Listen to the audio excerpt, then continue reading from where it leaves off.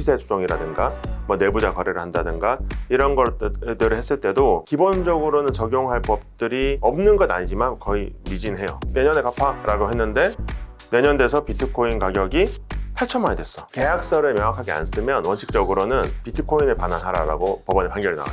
돈을 5천만 원짜리 사고 그걸 전송해서 하면 한국엔 7천만 원에 팔 수 있대.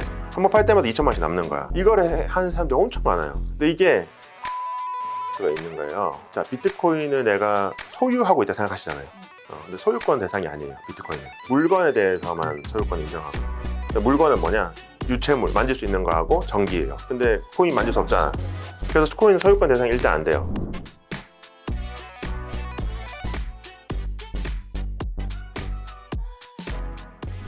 가상자산은 투자냐 또는 투기냐, 가상자산을 둘러싼 이 의혹들에 대해서 우리 정재호 변호사님 모시고 이야기 나눠보도록 하겠습니다. 변호사님 안녕하세요. 네, 반갑습니다. 안녕하세요. 법무법원 조원의 정재욱 변호사입니다. 반갑습니다. 변호사님, 이제 좀 이 가상자산에 대한 그런 시각들에 대해서 하나하나 좀 살펴보려고 하는데 유독 투기라는 의견이 좀 강해요. 네. 왜 그렇다고 이제 보시는지. 투기라는 거는 여러 가지 측면들이 있을 것 같아요. 저도 예전에 저도 코인도 투자해봤고 주식도 투자해봤고 부동산도 투자해보는데 사실 투기와 투자는 약간 종이 한 장 차이잖아요. 그래서 이게 정말 뭐 예를 들면 묻지마 투자라는 경우에는 뭐 투기라고 볼 수도 있는 것이고, 근데 이제 가상자산과 관련해서는 조금 투기성이 강하다라고 하는 거는 첫 번째는 이제 변동성에 대한 이슈들이 있는 것 같아요. 주식이나 부동산과 달리 뭔가 거래 시간이 24시간 돌아가잖아요. 그리고 종목도 엄청나게 많고 코인도 엄청나게 많고, 그리고 코인의 변동성도 보면 물론 비트코인은 최근에 좀 그래도 변동성이 좀 그래도 좀 스테이블하다 볼 수 있지만 다른 알트코인들만 봐도 엄청나게 막 변동을 하잖아요. 그래서 이게 투기성이 아닌가라는 생각을 첫 번째 하게 되는 것 같고요. 약간 두 번째는 실물이 없다는 게 좀 큰 것 같아요. 사람들 투자를 할 때 뭐 내가 집을 투자한다, 아니면 자동차를 투자한다 하면 그런 물체들이 있잖아요. 근데 약간 코인은 물체가 아니잖아요. 디지털 기록인 거잖아요. 어떻게 보면 전자화된 디지털 파일이라 해야 되나? 전자 기록의 일종이라는 거죠. 그러니까 뭐 실체가 없으니까 내가 뭘 사는 거지? NFT만 해도 내가 뭘 사는 거지? 사실은 그런 측면 때문에 투기성이 강한 게 아닌가라는 인식들이 많이 퍼져 있는 것 같고, 마지막으로는 이제 제도적인 문제도 분명히 있어요. 네. 이제 최근에 가상자산 이용자 보호법이 통과되긴 했지만 조금 미진하다, 미흡하다라는 것이 있기 때문에 아무래도 우리가 잘 닦여져 있는 법 제도 위에서는 상대적으로 투자나 투기, 이제 자산의 변동성이 적고, 그리고 내가 투자한 사람들도 예를 들면 뭐 예금자 보호법이라든가 이런 것들을 적용을 받으니까 일종의 보호를 받을 수 있는데, 가상자산 시장에서는 그런 게 되게 얕단 말이에요. 네. 얕은 상황에서 아까 말씀드렸던 변동성이라든가, 그리고 실체가 이제 뭘 사는지 모르니까 그런 막 묻지마 투자도 많이 일어나니까 결국 이제 투기성이 좀 강하게 형성되는 것이 아닌가, 그런 생각이 들어요. 안 그래도 그 가상자산 관련한 그 법에 네네. 대해서 여쭤보려고 하는데 약간 미진하다고 해주셨잖아요. 네네. 그러니까 어떤 부분이 구체적으로 좀 미진한 부분들이 있을까요? 방금 말씀드렸던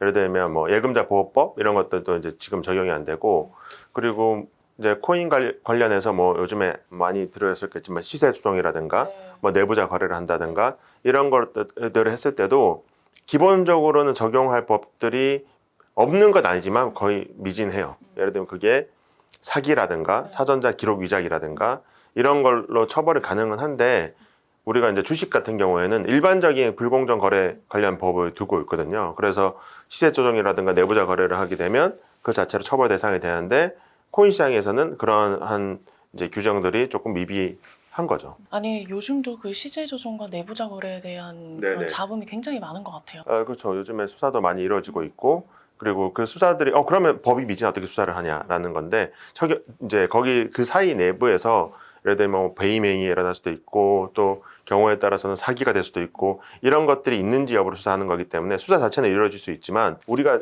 이제 투자자들 입장에서 보호받고 싶은 거는 정보의 비대칭 문제를 최대한 해소를 하고자 하는 거잖아요. 예를 들면 주식 같은 경우에도 우리가 허가를 받고 주식을 발행한 게 아니에요. 주식은 이제 발행을 알아서 하는 거고, 그거를 거래소라는 공개된 시장에서 이제 거래를 할 때 일종의 상장 절차를 거치고 상장 관련된 룰들이 있는 거예요. 그 룰들의 주된 목적은, 회사 입장에서는 내가 회사 운영자면 내가 속속들이 알고 있잖아요. 이 회사가 제대로 된 회사인지 네. 아니면 진짜 망할 회사인지. 근데 주식을 투자하는 입장에서 그걸 모를 수가 있잖아요. 그렇기 때문에 그걸 최대한 자세히 너희가 밝혀라. 뭐 재무제표도 그렇고 등등등 그런 부과들을 하는 거잖아요. 근데 코인도 마찬가지예요. 코인도 그런 게 필요한 거죠. 그러니까 나중에 너 잘못해서 처벌해 이것도 필요하겠지만 사전적으로 뭔가 이제 그런 이제 우리가 니네가 뭐 하는 프로젝트인지 그리고 이걸 투자하게 되면 나의 위험성 어떻게 되는지 그런 것들에 대해서 좀 정보를 나도 좀 알고 싶은 거죠. 이제 그러한 제도들이 좀 필요하다라고 생각이 돼요. 그 코인들이 발행이 되면서 자기들이 만든 그런 코인의 프로젝트라고 하죠. 네네. 그거에 대해 백서라는 게 있다고 하던데 네네. 그 백서에 대해서도 정보가 좀 많이 부족한가요? 백서가 뭐 예를 들면 공개가 의무화돼 있다든가 네. 백서 어떤 내용이 뭐 들어가야 되는데 그런 게 룰이 없어요 지금. 그냥 발행자 알아서 알아서 하는 해주시면 되는 거고 투자를 하는 거고 지금 룰이 있는 거는 지금 이제 현행법상 룰이 있는 거는 내가 가상자산을 매매나 중개나 이전이나 보관 같은 거를 영업적으로 하는 거. 그러니까 소위 거래소라든가 지갑 사업자라든가 보관업자를 하고 싶다 내가. 네. 그러면 얘네들이 이제 그 금융 당국에 신고를 해라. 그게 가상자산 사업자 신고제거든요. 네. 그것만 있는 거예요 지금은. 근데 그게 왜 있냐? 그거는 이제 자금 세탁이라고 하는 걸 방지하기 위해 있는 거거든요. 자금 세탁 뭐지라고 할 수 있잖아요.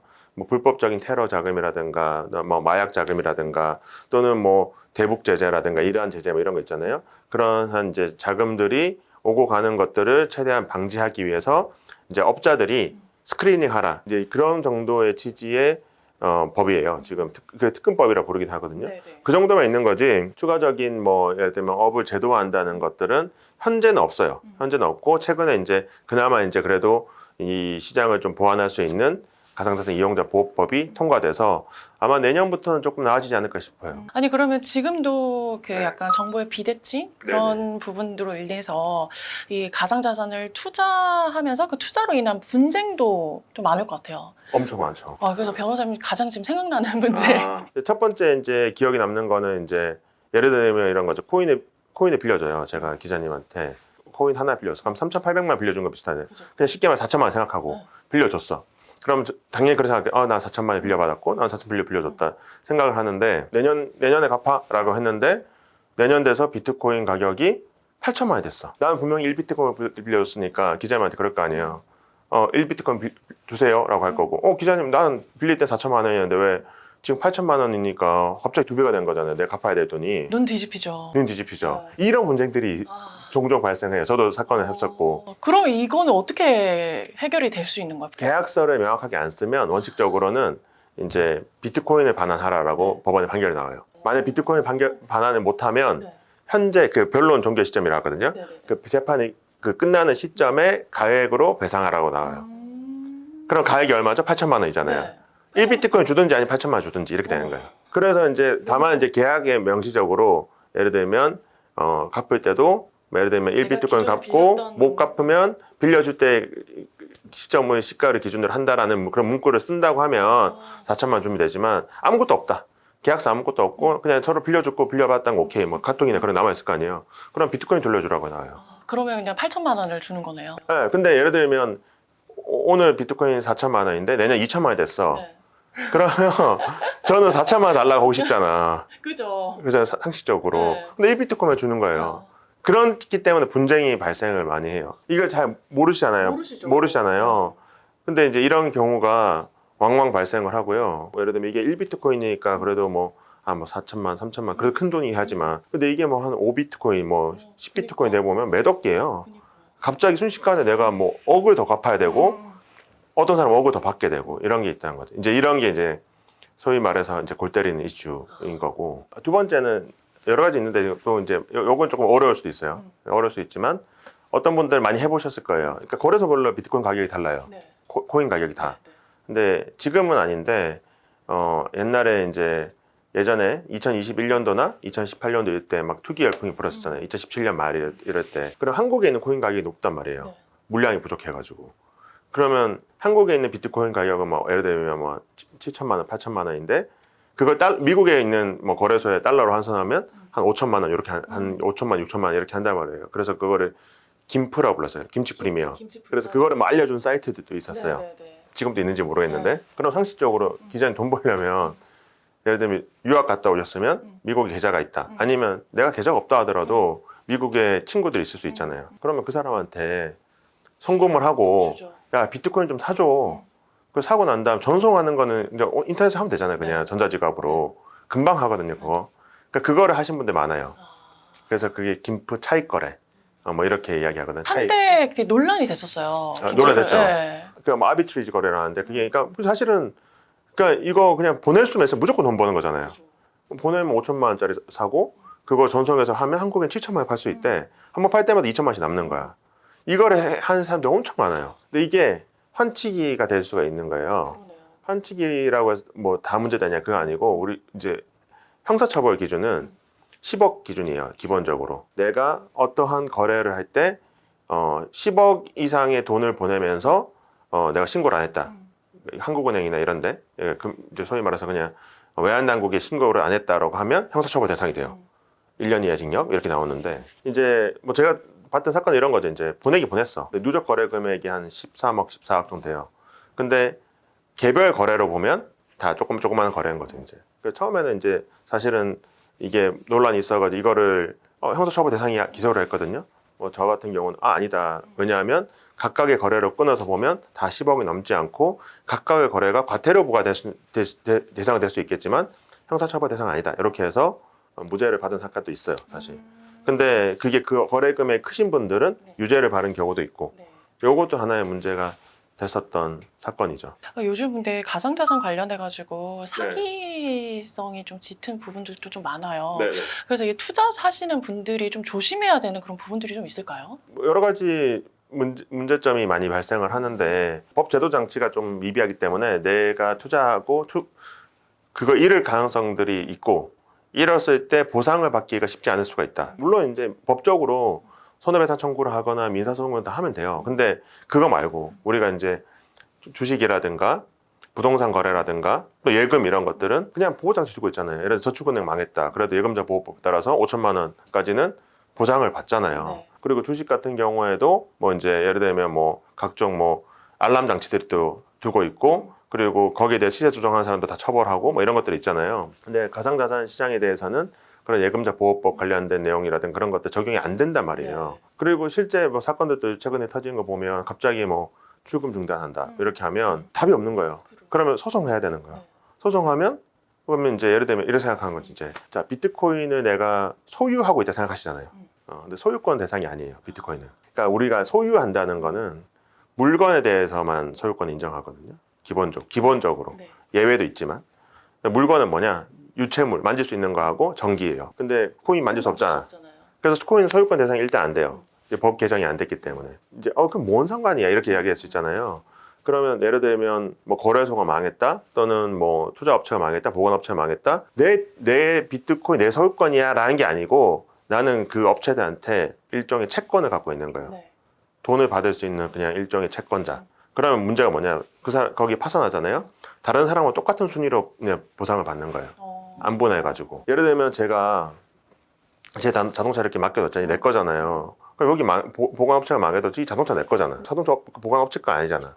근데 비트코인은 그게 아니게 되는 거예요. 여기가 비트코인을 가지고 보관하고 있는 거고 나는 거기에 대해 반환 청구권을 가지니까 생각보다 좀 보호받는 게 조금 그러네요. 쉽지 않을 수가 있는 거죠. 아니 아까 전에 말씀드린 출금 중단 사태가 요즘도 되게 그게 논란이 되고 있어요. 가상자산 예치 서비스 업체들, 뭐 델리오 뭐 이런 데가 먹튀했다 얘네. 그래서 먹튀 의혹이 지금 밀고 있는데 이 먹튀라고 봐야 되나요? 아직은 이제 좀 지켜봐야 될 것 같고요. 물론 이제 지금 양측 다 뭐 어떤 곳에는 뭐 지금 소송을 하기도 하고 또 대응을 하기도 하니까 그건 조금 지켜봐야 될 것 같고 뭐 제가 판단할 수 있기에 너무 정보가 좀 부족한 것 같고요. 그래서 이제 지금 그런 사태들을 우리가 봤을 때 생각보다 그런 사태가 발생할 수도 있고 그리고 내가 투자한 가상자산 어떻게 운영되는지 잘 몰랐던 거 아니에요. 그거를 공시할 의무도 없고 리포트할 의무도 없고 그리고 그걸 운영하는 업체들이 뭐 바스프라고 아까 가상자산 사업자 신고를 한 업체도 있지만 안 한 업체도 있고 신고를 했다고 하더라도 이게 뭔가 우리가 일반적인 그 주식시장의 자산 운용사처럼 뭔가 라이센스를 받고 하는 거하고 다르단 말이에요. 근데 그거를 인식들을 이제 하셔야 되는 거죠, 이제. 아니 그래서 저도 가끔 이렇게 질문을 네. 받는 게 그래서 지금 논란이 되고 있는 그런 업체들 중에서 다 인가를 받은 곳들이냐. 네. 근데 그건 또 아니더라고요. 아, 그러면 인가를 받지 않은 곳이 이렇게 예금 예치 서비스를 하는 게 불법 아니야? 이렇게 인가라는 개념하고 다 다른데요. 이게 뭐 인가는 그러니까 운용사는 보통 인가라고 해요. 네. 그러니까 운용업 인가. 그래서 그건 정부가 일종의 자격 심사를 해서 그 라이센스를 내주는 개념이거든요. 근데 가상자산 사업자는 신고 개념이에요. 신고. 우리 영업 신고하는 거, 음식점 다 신고하잖아요. 신고는 원래 그냥 신고 내가 이렇게 합니다 하고 신고하는 거예요. 왜 신고하냐면 아까 말씀드렸던 자금 세탁, 돈 세탁을 막아야 돼요. 그러면 가상자산을 막 전문적으로 영업적으로 다루는 사람들한테도 야 니네들 다루는 코인 중에 혹시나 그런 불법 자금들이 있는지 확인해. 근데 그러면 어떤 사람들이 영업하고 있는지 알아야 될 거 아니에요. 네. 그러니까 그 어떤 영업하는 사람들한테 너 상호, 대표자 성명 이런 걸 신고해라고 하는 거예요. 그 목적은 자금 세탁 방지인 거예요. 그러니까 일종의 우리가 거기 자격을 부여해서 야 니네는 운용할 수 있는 자격을 부여할게. 인력 요건은 어떻게 하고 예를 들면 이해상충 방지는 어떻게 하고 그다음에 뭐 행위 규범 어떻게 해 이런 건 아니란 말이에요. 물론 행위 규범 미비하게 들어가긴 하는데 그게 목적 자체가 달라요. 그래서 우리가 생각하는 이제 뭐 가상자산업자 신고 수리를 했다라는 의미가 네. 주식시장에서 자산운용업 인가 받은 거하고는 완전 금융투자업 인가 받은 거하고 전혀 다른 게 되는 거죠. 그래서 막 이제 조금 더 들어가면 좀 복잡하지만 뭐 업권법 이야기한다, 뭐 이거 제도화해야 되는 거 아니냐가 일종의 이제 라이센스 같은 거 주는 게 낫지 않을까 이런 의미인 거예요. 그래서 뭐 예를 들어 그럼 무슨 차이가 있어요? 변호사님 물어보면 신고된 사업자한테 뭐 어떠한 예를 들면 그 자금 세탁 말고 투자자 보호를 위한 뭐 예를 들면 보험 가입이라든가 이런 것들이 의무화돼 있지 않아요 지금. 보험 가입 됐다고 하던데 보면 실제로 거래소들에서 보험 가입했다는 거는 개인정보 보호 유출에 대한 보험 가입을 했다고 홍보를 하는 거지 실제 그 손해보험에 가입되는 경우는 없어요 지금은. 이제 가상자산 이용자 보호법이 만들어져서 거기 보면 보험 가입이 의무화돼 있거든요. 그래서 뭐 기사들도 찾아보면 보험사들에서도 관련 보험 개발한다. 왜? 이제 보험 가입이 의무화되니까. 이런 것들이 조금씩 바뀌어가는 거예요. 아니 그 아까 전에 저희가 네. 잠깐 언급했던 그 예치 서비스 업체들 네. 그 투자자들이 지금 출금이 아예 다 중단이 된 상태인 것 때문에 네. 지금 소송은 또 지금 진행 중이라고 네. 들었는데 이게 현재까지 뭐 소송의 진행 과정들이 일단 제가 알기로는 델리오 같은 경우 채권자 회생을 한 걸로 알고 있고 그러니까 쉽게 말하면 채권자 입장에서 이제 회사에 돈이 없을 것 같으니 회생 자체 들어가자 이런 거거든요. 이제 그거를 진행하고 있는데 아직 신문기일이 이제 30일인가 잡힌 걸로 알고 있고요. 하루나 이런 데들도 수사도 들어간 걸로 지금 알고는 있어요. 소송도 제기되고. 네. 근데 이제 뭐 제가 담당 변호사 아니기 때문에 네. 더 자세한 내용은 좀 알기는 좀 어려운 측면이 있을 것 같아요. 이게 약간 참 어려운 질문이긴 한데 어떻게 네. 투자자들이 승소할 반환 청구권 자체는 인정되기 때문에 네. 그거 채권자로서 내가 돈을 만약에 코인을 못 돌려주면 아까 제가 말씀드렸던 것처럼 못 돌려주니까 야 돈 줘라고는 할 수는 있어요. 네. 근데 이제 쟁점은 뭐냐면 자력이 있느냐는 거지 이제 그만큼. 예를 들면 투자자들이 맡겨놓은 금액은 예를 들면 원화한 사람 1,000억인데 실제 업체들은 뭐 개별 업체가 뭐 200억밖에 없다 이제. 그러면 200억을 나눠서 가지게 되는 거잖아요. 그러니까 이제 결국에는 손해 보전이 다 안 되는 문제가 발생할 수 있다는 게 가장 큰 문제죠. 그러면 이 단체 이런 소송 말고도 개인 간의 아까 전에 그 소송도 좀 많은 편이죠. 유독 가상자산. 아까 말씀드렸던 그런 코인 법적 성격으로 인한 네. 문제도 좀 있고요. 뭐 이제 개인 간의 소송들이 이제 사기 이런 것도 많이 발생하는데 NFT 이런 저작권도 좀 종종 발생을 해요. 네. 이게 진짜 NFT를 사는 거를 제가 뭐로 비유하냐면 윈도우 바탕화면에 바로가기 사는 거와 비슷하다라고 생각을 하거든요. 그러니까 내가 예를 들면 사진을 NFT 민팅했다. 그러면 사진을 사는 게 아니잖아, 내가. 그 NFT를 사는 건데 NFT는 이 사진을 관련돼서 뭐 이 사진을 민팅한 거고 뭐 각종 정보들이 들어있는 정보 뭉치에서 그냥 내가 사는 거잖아요. 그러니까 일종의 바로가기인 거죠, 그죠? 근데 이제 문제가 뭐냐면 이제 이 이미지라든가 저작권된 파일들이 있을 거 아니에요. 네. 자, 그거를 민팅을 하려면 복제를 붙여넣기 해야 되거든요. 네. 연동을 시켜야 되잖아요. 네.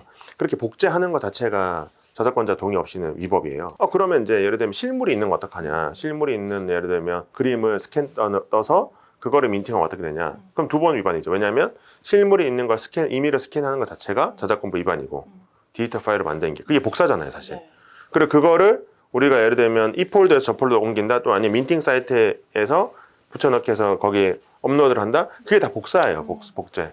그래서 그게 저작권자 동의 없이는 다 위법이 되는 거예요. 그래서 NFT를 민팅한다, 또는 NFT 관련된 내가 거래를 한다.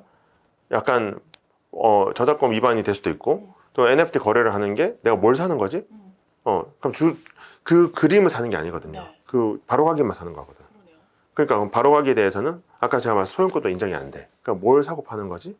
이런 것들에 대해서 지금 권리관계 되게 정리가 안 됐다고 보시면 될 것 같아요. 이게 참 굉장히 복잡한데 한때 이 NFT의 열풍이 또 한때 불었을 때 여기 한 그림이나 뭐 이런 이미지에 매기는 가격대가 정말 상상 그 초월한 가격을 주고 구매하시는 분들이 많더라고요. 그렇죠. 도대체 그 심리는 뭘까? 그런 거 아닐까 저는 생각해요. 그러니까 뭐 모나리자 그림도 그거 똑같이 스캔해가지고 우리 집에 걸어놔면 그 루브르 박물관에 있는 거나 우리 집에 있는 거랑 똑같잖아요, 사실 보기에는. 네. 하지만 루브르 박물관에 있는 거의 가치는 원본이기 때문에 비싼 거 아니에요. 네. 디지털 파일도 원래는 어느 게 원본이고 어느 게 사본인지 사실 구분 잘 안 되잖아요. 제가 예를 들면 뭐 아이유 사진 이런 거를 바탕화면에 여러 개 복사한 다음에 기자님 전송을 하면 제 바탕화면에 있는 게 원본인지 기자님 사진 핸드폰에 들어가 있는 게 원본인지 구분하기가 되게 어렵단 말이에요. 근데 그거 지금 다 꼬리표 달아놓은 거 아니에요. 그래서 꼬리표 달아놓아서 야, 이 꼬리표 갖고 있는 사람이 원본 가지고 있는 사람이야, 이런 거 아니에요, 사실.